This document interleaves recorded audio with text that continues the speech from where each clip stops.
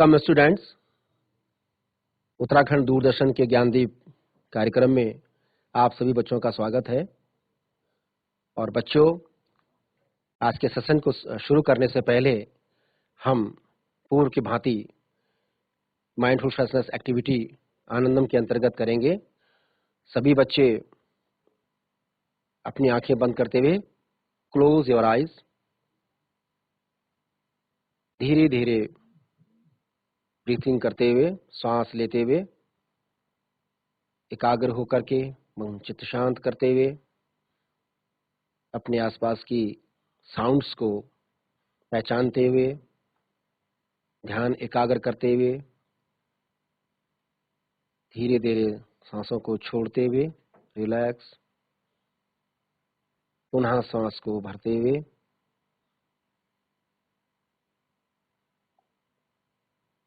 सांसों को छोड़ते हुए, फिर in, out. Now open your eyes, relax. हमने पिछले सेशन में भी आपको बताया कि ये एक्टिविटी हमारे मस्तिष्क के लिए एक ऊर्जा का काम करती है। और आपने भी महसूस किया होगा, महसूस करते होंगे कि हम जब भी इस एक्टिविटी को शुरू करते हैं उसके बाद जो है एक कहीं ना कहीं जो है हमारे मन मस्तिष्क में तरोताजा एक महसूस का आभास होता है। बच्चों, मैं सत्येंद्र सिंह रावत, सहायक अध्यापक, राजकीय पूर्व माध्यमिक विद्यालय जमनीपुर, विकासखंड विकासनगर, पुनः आपका जो है एक बार फिर स्वागत करता हूं ज्ञानदीप कार्यक्रम में।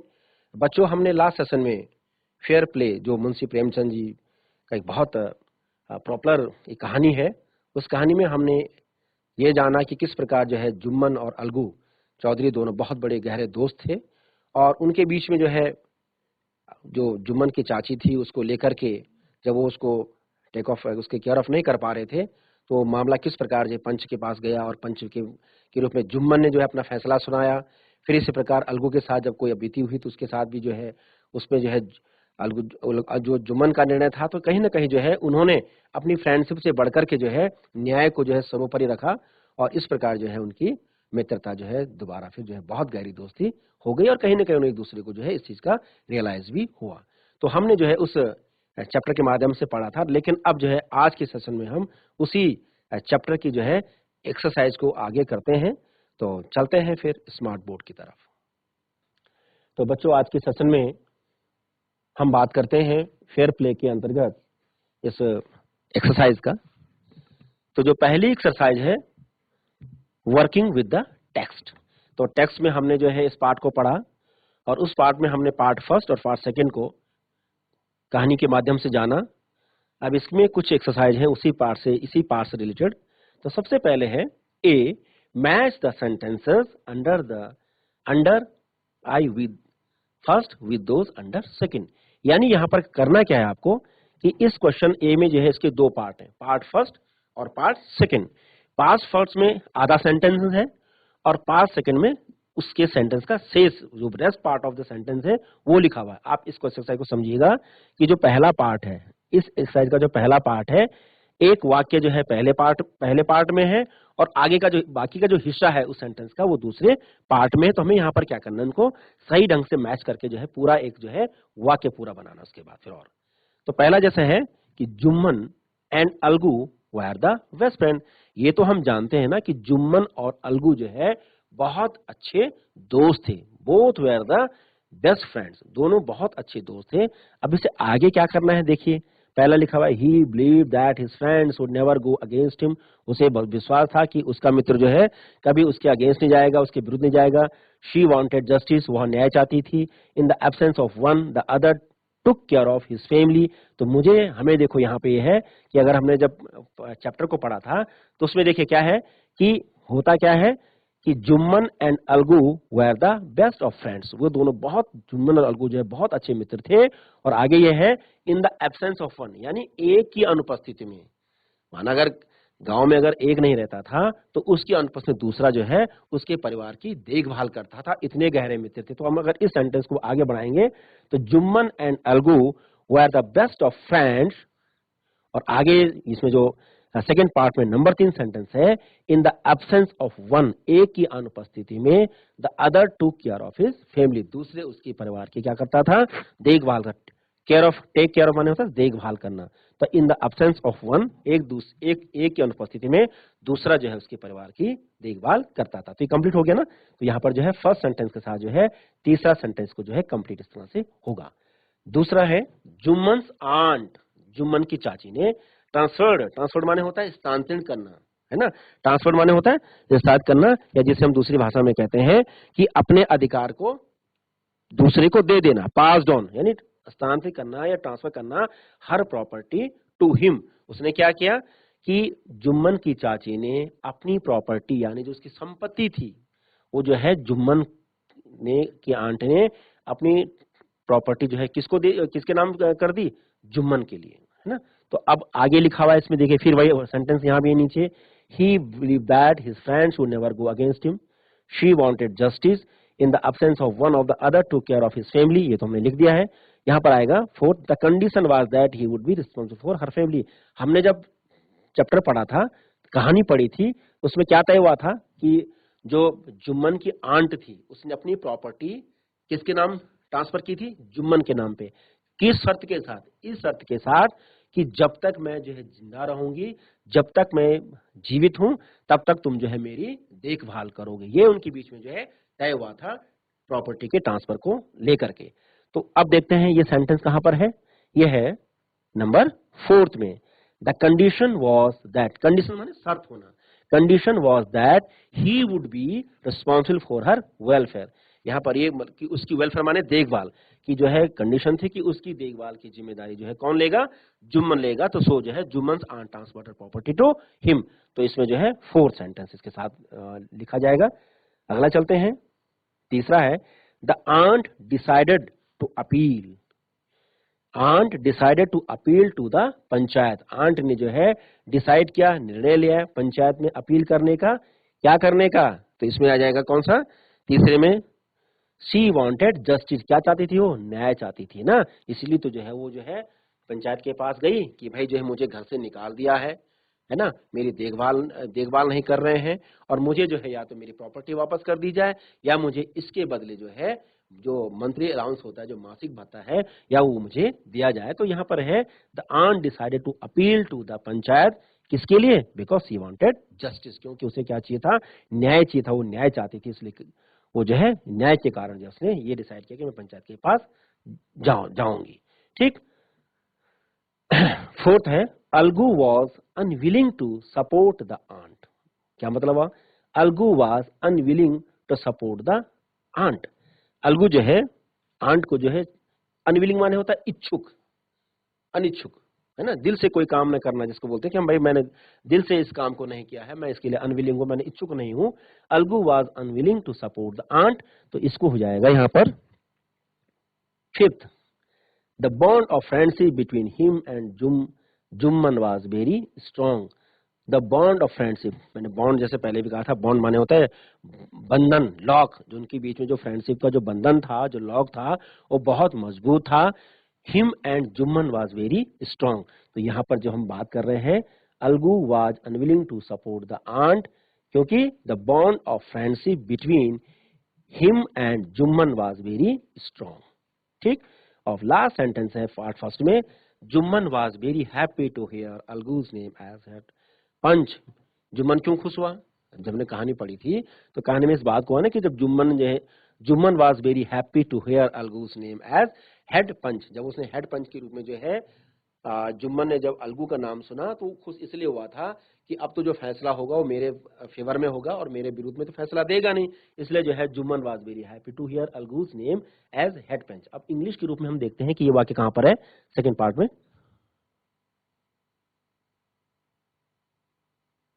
ये देखिए, ये फर्स्ट कि ही believed that his friend would never go against him, क्योंकि उसे पूरा भरोसा था, उसे पूरा विश्वास था कि उसका मित्र जो है उसके अगेंस्ट में या उसके विरुद्ध में जो है नहीं जाएगा, या उसके विरुद्ध में जो है किसी प्रकार का न्याय या निर्णय नहीं देगा। तो फिफ्थ में है, Jumman was very happy to hear Algu's name as head panch because he believed that his friend would never go against him.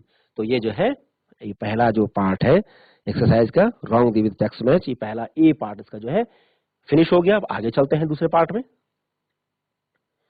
दूसरा है हु सेज, दूसरा है ना यहाँ पर। अब दूसरा है who says this to whom and why, किसने कहा और क्यों कहा। अब देखते हैं। My wife knows best how to run the house, मेरी पत्नी जानती है कि घर को बहुत बढ़िया कैसे चलाया जाता है, घर की देखभाल कैसे की जाती है। तो अब इसको देखते हैं who says and to whom। तो ये किसने कहा होगा, ये कहा है जुम्मन ने। तो इसका आंसर हम किस प्रकार से बनाएंगे, Jumman says to his old aunt because he was tired her and had become indifferent, क्योंकि जो है वो उसका अपनी चाची के प्रति जो है रवैया जो है नकारात्मक हो गया था या उदासीन सा हो गया था। तो my wife knows best how to run the house, मेरी पत्नी जानती है कि घर को बेहतर कैसे चलाया जाता है। तो ये कहा है, अब इसको आप इंग्लिश में लिखेंगे, Jumman says to his old aunt because he was tired her and had become indifferent माने क्या होता है, उदासीन रवैया है ना, नकारात्मक, जैसे कहते हैं कि बिल्कुल अनकेयरिंग, बिल्कुल जो है लापरवाही टाइप का जो होने लगा था बाद में अपनी आंटी के प्रति। तो ये जो है जुम्मन शेख ने कहा कि my wife knows best how to run the house. Second चलते हैं, दूसरा है, अभी किसने कहा है, who says that to whom and why, और क्यों कहा। But is it right my son to keep mum and not say what you consider just and fair, किसने कहा है ये, इसका उत्तर है Jumman. Old aunt says this to Algu Chaudhary when he said that he could not go against his best friend, but it is right my son to keep mum and not say that what considers just fair। उसने ये कहा ना कि चाची ने, उसकी जो aunty थी, कि वो ये कह रही है कि भाई जो न्याय है, न्याय में जो है सर्वोच्च जो है न्याय होता, अंतरात्मा की आवाज होती है, क्या सही है क्या गलत है। तो ये जुम्मन ओल्ड आंट, जुम्मन की ओल्ड जो वृद्ध चाची है वो कह रही है, Jumman's old aunt says this to Algu Chaudhary when he said that he could not go against his best friend। ठीक हो गया। तीसरा है number third, what have you to say in your defense, तुम्हें अपने पक्ष में क्या कहना है, अपने बचाव में क्या कहना है। what have you to say in your defense, तुम्हें अपने बचाव में क्या कहना है। तो इसको आगे चलते हैं। तो ये जहां पर what you have to say in your defense किसने कहा और क्यों कहा, तो इसका आंसर है Algu Chaudhary. Algu Chaudhary as head panch says this to Jumman because he wanted to hear Jumman side of the matter. ठीक है ना, तो अलगू ने कहा था कि भाई तुम्हें जो है अपने पक्ष में या बचाव के पक्ष में कहना है, क्योंकि उस समय जो अलगू चौधरी क्या था, हेड पंच था। तो Algu Chaudhary as a head panch says this to Jumman because he wanted to hear Jumman side of the matter. ठीक। नंबर फोर्थ है, I can't pay you a penny, penny means coin, पैसा है ना। I can't pay you a penny for the retest best of you sold me, ये किसने कहा था, याद होगा हमने जब कहानी पढ़ी थी। तो कहानी में था कि जो साहू जो कार्ट ड्राइवर था, बैलगाड़ी का जो ड्राइवर था, चालक था, उसको जो है उसने एक बैल बेच दिया था, लेकिन वो कुछ ही समय बाद क्या हो गया, उसके बाद वो मर भी गया था, है ना। तो आई कांट पे, मैं नहीं पे कर सकता, मैं नहीं दे सकता, मैं भुगतान नहीं कर सकता, यू ए पेनी, पैसे, for the raised best beast you sold me, जो तुमने मुझे बहुत दीनहीन, बहुत क्या बोलते हैं इसको, बहुत कमजोर या बहुत ही वैसा जो पशु तुमने जो है मुझे बेचा है, मैं उसके पैसे तुम्हें नहीं दूंगा, मैं तुम्हें उसके पैसे नहीं दे सकता। और इसी मैटर को लेकर के, आपको कहानी हम सबको याद है कि इसी मैटर को लेकर के, इसी केस को लेकर के जो है वो जो है अलगू के पास, जुम्मन के पास गया था कि भाई ये मैटर है और इसको जो है तो मुझे क्या चाहिए, न्याय चाहिए। ठीक है। तो अब यहां इसको हम आगे लिखते हैं, I can't pay you a penny for the raised beast you sold me, जो तुमने मुझे जो है बहुत ही कमजोर कहें या वैसा जो मुझे बैल बेचा है, उसके मैं तुम्हें पैसे नहीं दे सकता। तो यहां पर हो जाएगा नंबर फोर्थ में साहू, साहू से, समझू उसका नाम क्या था, Samjhu Sahi, Samjhu Sahu says this to Algu Chaudhary because Algu was, है ना, demanding month money for the dead buffalo, क्योंकि वो अपने जो है बैल के पैसे मांग रहा था, है कि नहीं, लेकिन उसने कहा मैं तुम्हें नहीं दे सकता, है कि नहीं। तो ये किसने कहा था, समझू साहू ने। समझू Sahu says this to Algu Chaudhary because Algu was demanding money for the dead block। ठीक, तो इस प्रकार से जो है इसका सेकंड पार्ट भी हो गया है। अब थर्ड चलते हैं, answer the following questions, answer the following questions. ठीक, सॉरी, उसके बाद एक और भी है, victory to the panchayat this is justice. ये किसने कहा, victory to the panchayat this is justice, यानी जो है पंचों की विजय ही जो है यही क्या है, दिस इज जस्टिस। ये किसने कहा था, अलगू सेज, अलगू ने कहा था, जब अलगू जो है हेड पंचायत बना था तो उसने कहा था, Algu says this is to Jumman because the fair verdict was decided by Jumman in the favour. तो उसने जो अपना सही निर्णय जब दिया था तो ये किसने कहा, अलगू ने कहा। अब इसका जो है सी पार्ट है, answer the following questions. Question number 1 है, then the situation changed, what is being referred to. अब यहां पर आप देख रहे होंगे ब्रैकेट में 2, यानी जो पैराग्राफ 2 है, जरा एक बार वापस उस पर चलते हैं, ये कहां पर ये बात की जा रही है, पैरा 2, पैराग्राफ 2 नंबर 9876 पैरा 2 में इस बात को रेफर किया जा रहा है। यह है number 2।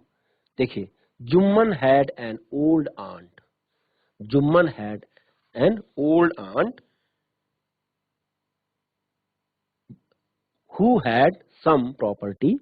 This she transferred to him on the understanding that she would stay with him and he would look after her.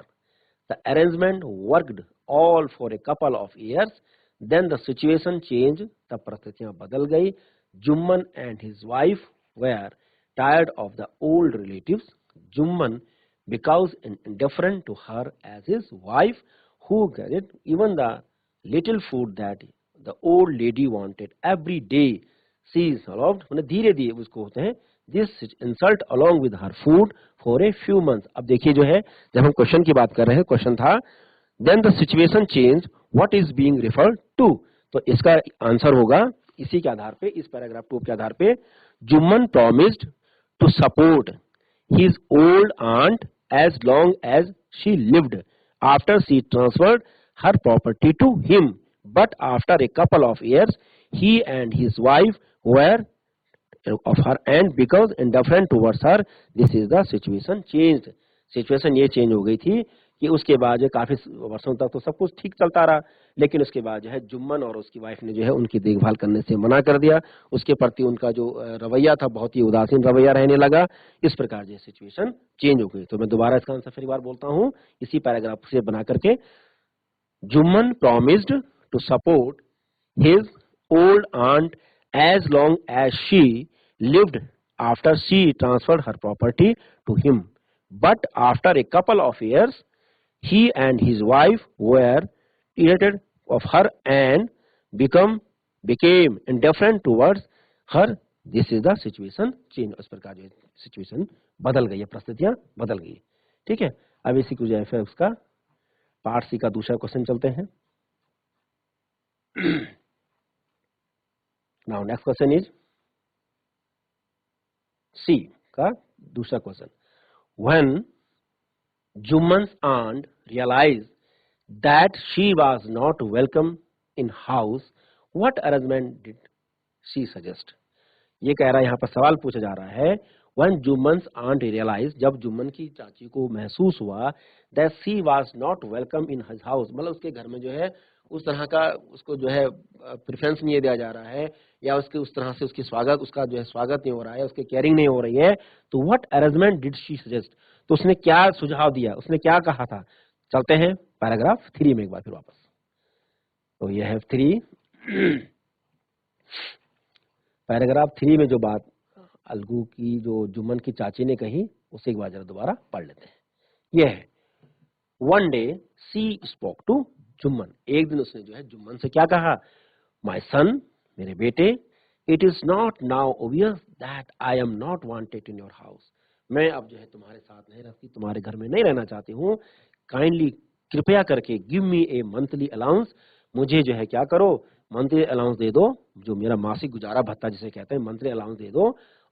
That I can set up A separate kitchen, ताकि मुझे अलग जो है एक रसोई बना सकूं, अलग जो है मैं एक सेपरेट किचन बना सकूं। My wife knows best how to run the house, be passion and Jumman seamlessly this is made his aunt very angry and she decided to take her case to the village panchayat. ये हमने पढ़ा है, अब इसी में से इसका जो है आंसर हमें ढूंढना होगा।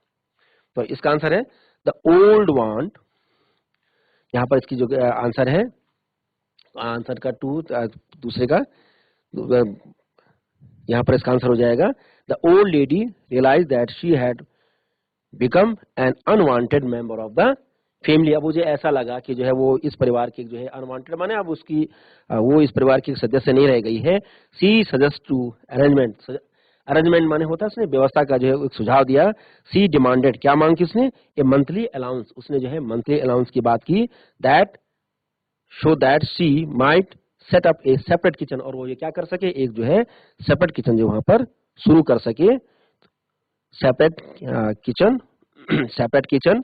तो उसने जो है इस प्रकार जो है एक सेपरेट किचन की बात वहां पर की। तो ये जो है इसका दूसरे का आंसर है कि this made his aunt very angry and she decided to take her case in the, उसके बाद जो है वो फिर केस के लिए चली गई पंचायत के पास। तो इसका सुझाव ये था कि काइंडली गिव मी ए सेपरेट किचन, कि मुझे जो है अलग से क्या दिया जाए, एक किचन दिया जाए, ताकि मुझे जो है मेरा मासिक भत्ता दिया जाए। तो ये उसने जो है अपने आंसर में उसने इस बात को किया है। अगला चलते हैं एक बार फिर वापस पार्ट सी में।